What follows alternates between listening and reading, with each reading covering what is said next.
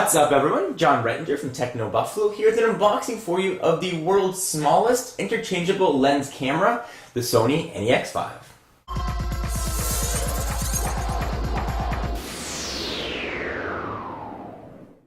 So for those of you that have been following me on Twitter or been watching some of my older videos, you know that I am getting married in just a few short weeks, and I wanted to take a great camera with me on my honeymoon. Something that was below a DSLR. I didn't want to carry the bulk and the weight, but I wanted something with a bit more features than a standard point and shoot. I like to take a lot of shots, be able to put them up all over the house, and have some flexibility with how I do the photography and how I can edit the images right on the camera. So enter the NEX5, sort of perfect and sort of sits right in between the DSLR and a point and shoot. So as I mentioned, this is interchangeable lens system. It uses Sony's new E-mount.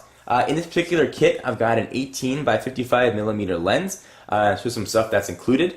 This has something called sweep panorama. So actually you can take the camera, sweep it all the way around, take a ton of pictures, put them all together right on the camera itself into a 14 megapixel image. That image is actually now going to be in 3D if you have a 3D capable TV. Something kind of interesting. 14.2 megapixels. It shoots video at full 1080, that's 1080i, AVC HD at 920 by 1080, or MP4 at 1440 by 1080. So go ahead and continue to look around the box. So there's sort of another picture of what we just saw. On the back we get a bit of the specs, which again I will talk about. I've got an ISO range of 200 to 12,800. You get full control over ISO, aperture, and sort of the rest of the DSLR features that you'd expect. Again, the HD movie, this can use SD or Sony's, of course, memory stick format. It's got optical steady shot and all kinds of other stuff.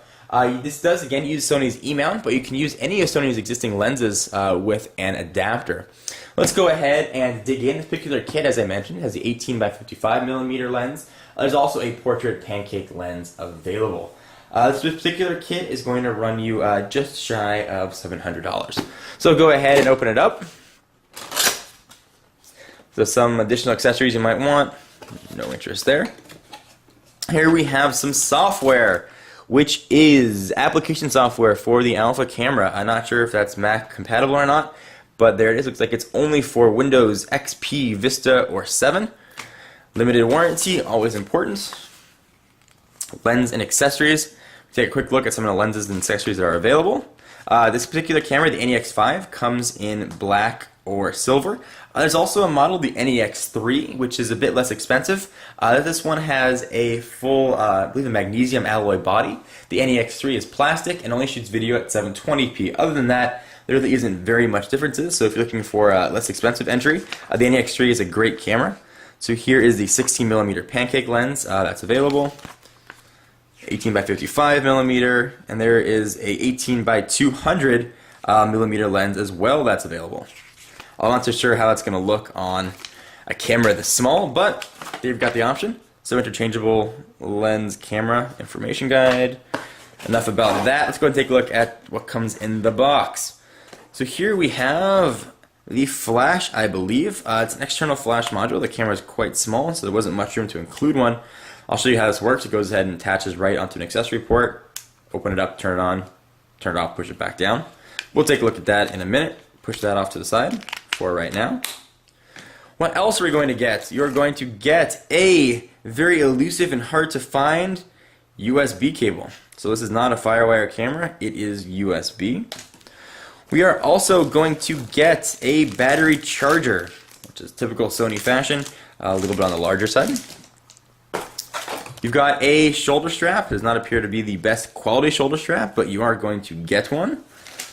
And of course, you're going to get a battery to power your camera. Let's see what battery this is. It is Info lithium ion, Sony's W battery. Hopefully this will power it for plenty of time. 7.2 volts puts it at 1080 milliamp hours, in case anybody was wondering. But enough of the accessories, nobody wants to see those. Let's take a look at the camera itself. And I was looking very closely at either the Canon T2i or the Sony NEX, and I just didn't need or want a full DSLR. I'm certainly a camera novice. Something like this was a bit simpler for me, but still gave me some room to explore photography. It's sort of a step, I guess, in between a full DSLR. I'll go ahead and take this out of the box.